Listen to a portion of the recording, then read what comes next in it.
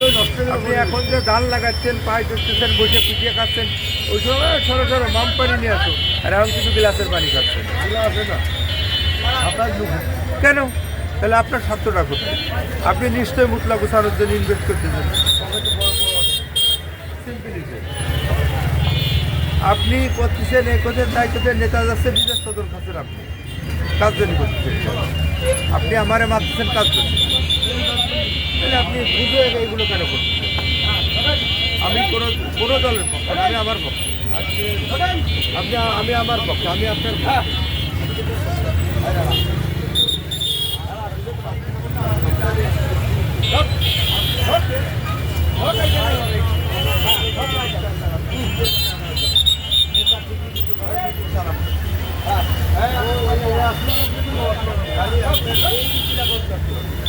আমাকে সব দলই